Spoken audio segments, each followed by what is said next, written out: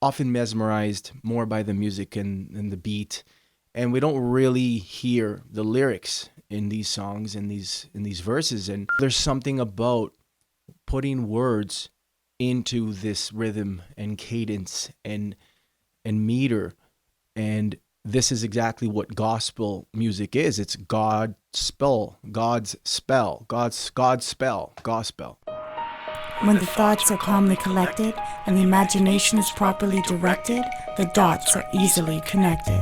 Welcome back to another episode of Connecting the Dots. I'm your host, Nico Sofianos, and today I'm excited to share the first of a series, a sub-series called Expressing the Thoughts. And this is basically dissecting verses written by lyricists, poets, rappers, songwriters, whoever it might be, but dissecting the very verses and really getting to hear and listen to what's being said. Often in, especially in hip hop, and not just hip hop, but just often in music and recordings. I mean, I'll speak on my own behalf, but we're often mesmerized more by the music and the beat, and we don't really hear the lyrics in these songs and these verses. And it is so important. In another episode I mentioned, when I broke down the basic music theory, the whole concept that everything is music. I mean, uni, one, verse, right? Verse is Latin for song.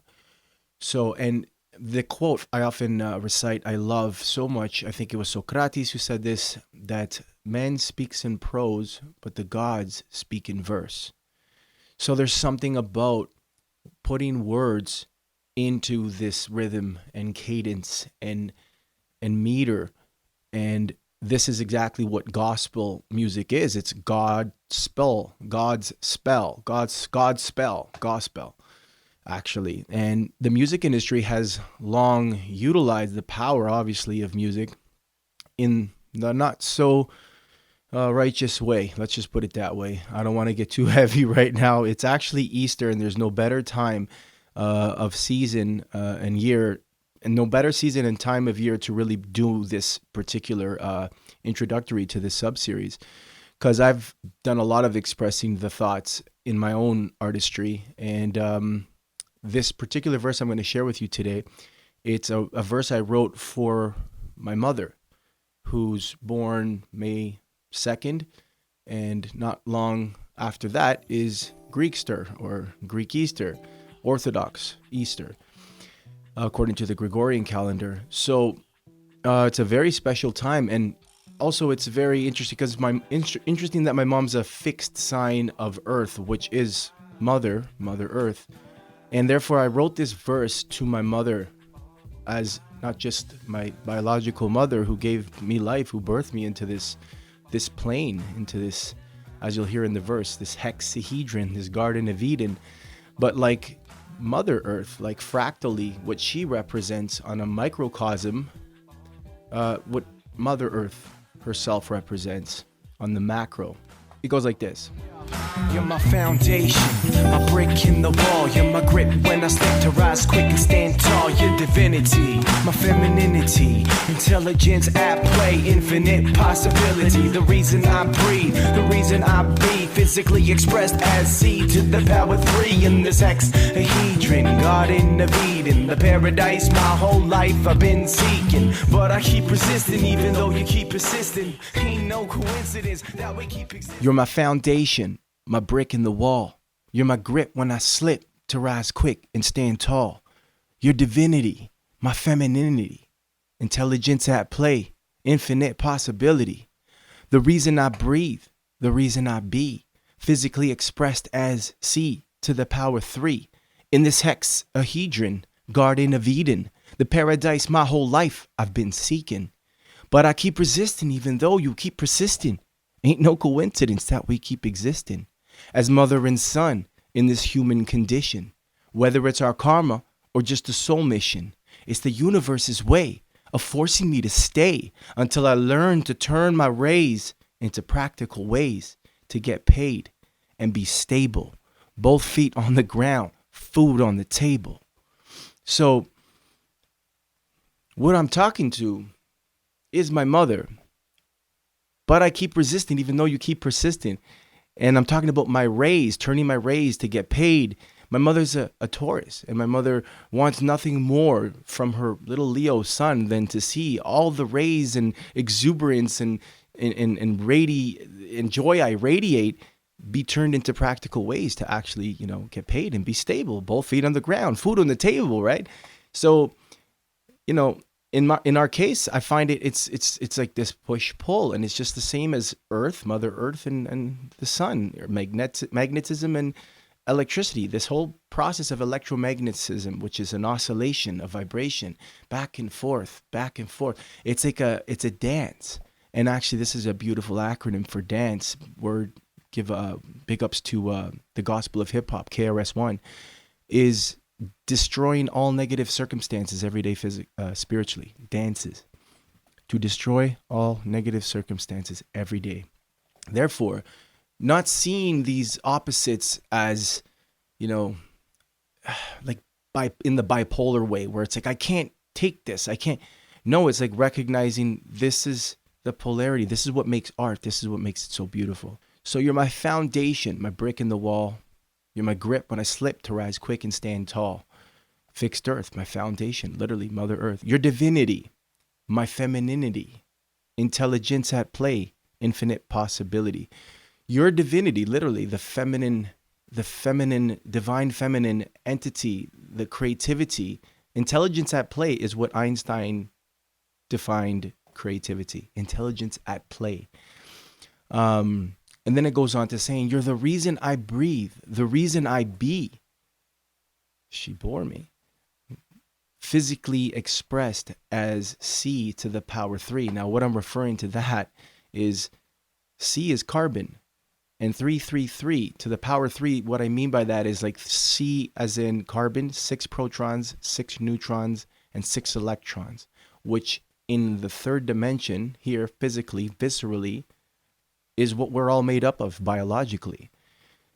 The reason I be, the reason I breathe, the reason I be physically expressed as C to the power 3 in this hexahedron, Garden of Eden, the paradise my whole life I've been seeking. So this hexahedron, hex in Greek, exi, is 6. So the idea of the hexahedron, which is one of the 5 platonic solids, is that we're trapped within this hex, but yet the hexahedron is the Garden of Eden. What a conundrum, what a paradox. Going back to the polarity, that actually the only time that we are trapped or we feel that way is when we're overly identifying with our ego, and thus we are disconnected from source and force.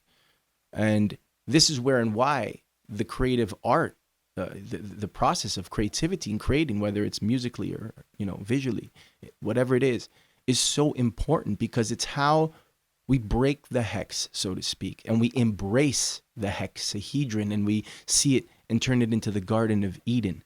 The 666, and there'll be a whole separate podcast episode just to break that down, but it's literally referring to carbon-based life, which is what we all are here.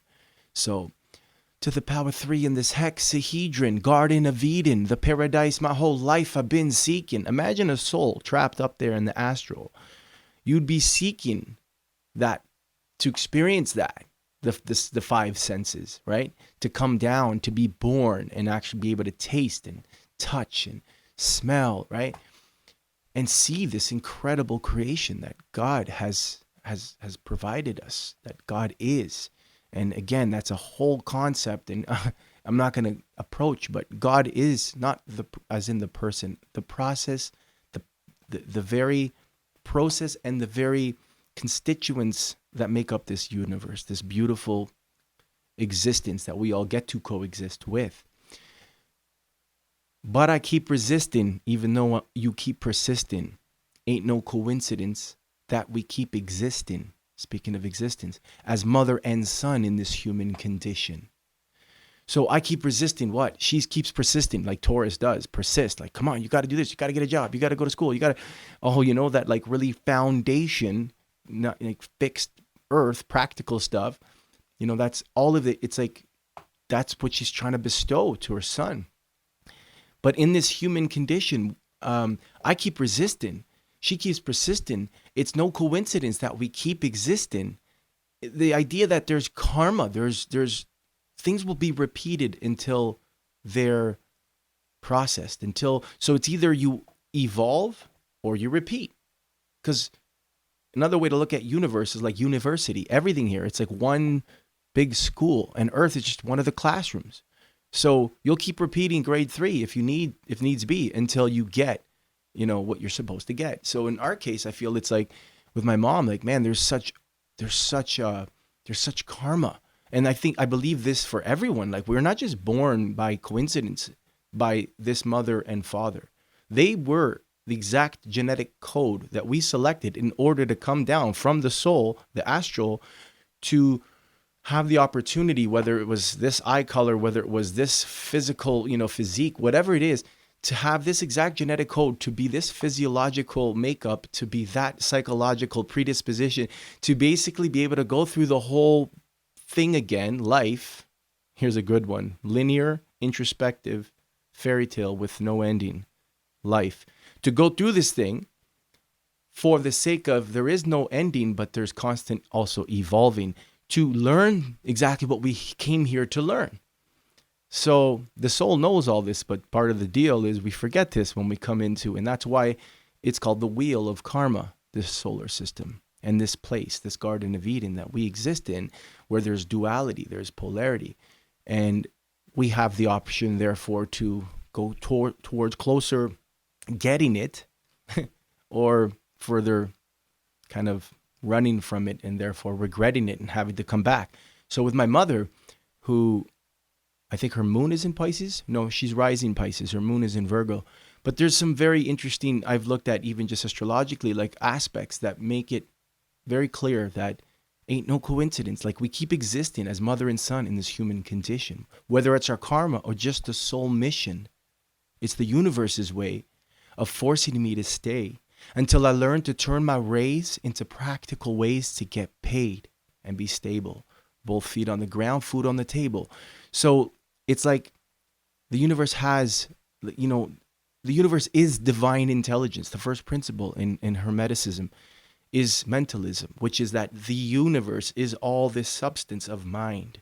And that mind is divine, and it has an intelligence that our mortal minds cannot begin to comprehend. But we can understand. And if we truly understand, then we can overstand. And overstand meaning transcend polarity and not be thus bound by this oscillation of this pendulum swing, another principle in Hermeticism. But now be riding the wave like the surfer, aware and able to play, while we're here. Because ultimately, and that's the premise of Fit Hop, it's like rule number 1, you got to have fun. Yeah, we'll get the work done. You got to get work done too. But if you're not having fun, you're not paying attention. You don't even want to do work. So instead of being bound by the oscillation of the pendulum swing, hanging for dear life at the bottom of this thing, you transcend the polarity and you stand on the pendulum. You ride the wave. You overstand when you comprehend that this is a soul mission. We have come here by decision. And the whole purpose of the idea of listen, often to the soft, still voice, they describe it as, to what? The intuition, the divine faculty that's literally the guidance, the internal navigational system. Listen. And why astrology and all these mysticisms being so forbidden? Because they have purposely kept us trapped in this psychological prison. And when you shine the bright white light through the prism, which is, we've seen that, right? Dark Side of the Moon on the cover. This is physics. The white light breaks up into the 7, back to the 7. And the whole purpose is to transcend and create, like we said, this Garden of Eden as heaven. That's what it means to bring the heaven onto earth. That's what it means to now really powerfully create and write your own verse. Because we are not God, but we, yes, are the drop in the ocean, along with the ocean and the drop. And we have the opportunity while we're here to create entire worlds, subworlds, and that's what we're doing as artists. And when we do that, we feel it's the ultimate therapy. It's the ultimate reunion, religion. At the core of all religions are music. The gospel is God's spell, and it's always sung by the priest. The cantor, who's performing incantation, is literally singing musical vibrations in these specific mathematical relations that, like we said, through Pythagoras' postulation of the philosophy of the spheres, we are literally bringing the heavens here. It is, I'm getting goosebumps just talking. And this is what happens, like when I start connecting the dots, and this is what I love to share the most is the musical understanding of this all, because sometimes, and for a long time, and even still, it lingers, but I feel shame that, like, I look at the squiggly lines of music, sheet music, and I see how, you know, a 10-year-old kid can like play level like grade 8, and I can't, my brain can't process that, but I can sit down and I can like play, and I can just write, and I can produce and create. And it's so important to recognize that we are all unique, and in that uniqueness we're gifted in different beautiful ways. It's tough when you have the neurodiversity like ADHD, and the way I describe that is like, yes, we're all gifted, but now you're the kid that's like on Christmas who's like sitting there trying to unwrap the gift. Everyone else is already playing with their gifts, and you're there like trying to figure out how to unwrap the gift, because you're looking at it from the wrong perspective. You're not looking at it, like in my case, music, as it's there to move, to dance, to move through you, to move, right?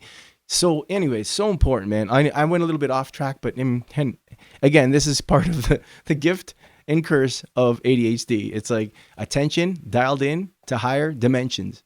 You know what I mean? So like you're constantly just you're tuned to multiple dimensions, and it's all ultimately trying to just anchor in the one that's most relevant. And I hope this episode kind of inspired what is to come, and if you know anybody who is a talented lyricist, someone who would be interested to jump on the show, I will be definitely excited to have them forth. And I have a lot of artists in my network. I mean, Project Universes is the name of the project that I did back in 2013, where we had, I think on one song, funny enough, of all numbers, I think it was 37 verses on Connected Musically, which was track 4 of the project, which was ultimately, I made a beat, wrote a chorus, and just invited a bunch of different artists to come and share their perspectives, because, as I always say, truth is in the collective, the patterns that emerge within the collective.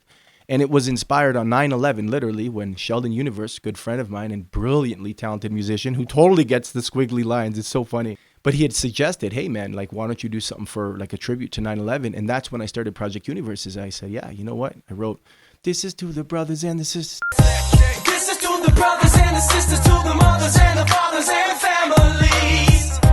This is for the came from the pain and the strain to those we lost tragically. This is for the whole wide world to wake up and see the reality. Yeah, yeah. This was not what they made us believe. 9/11 was an attack on humanity.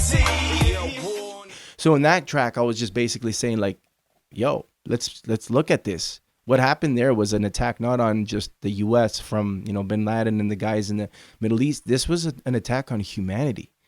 And when you unpack that, when you started looking at all the different perspectives, incredibly brilliantly written verses from different people within the collective, you did see the pattern emerge, which was this agreed upon realization that what happened there was not what they made us believe.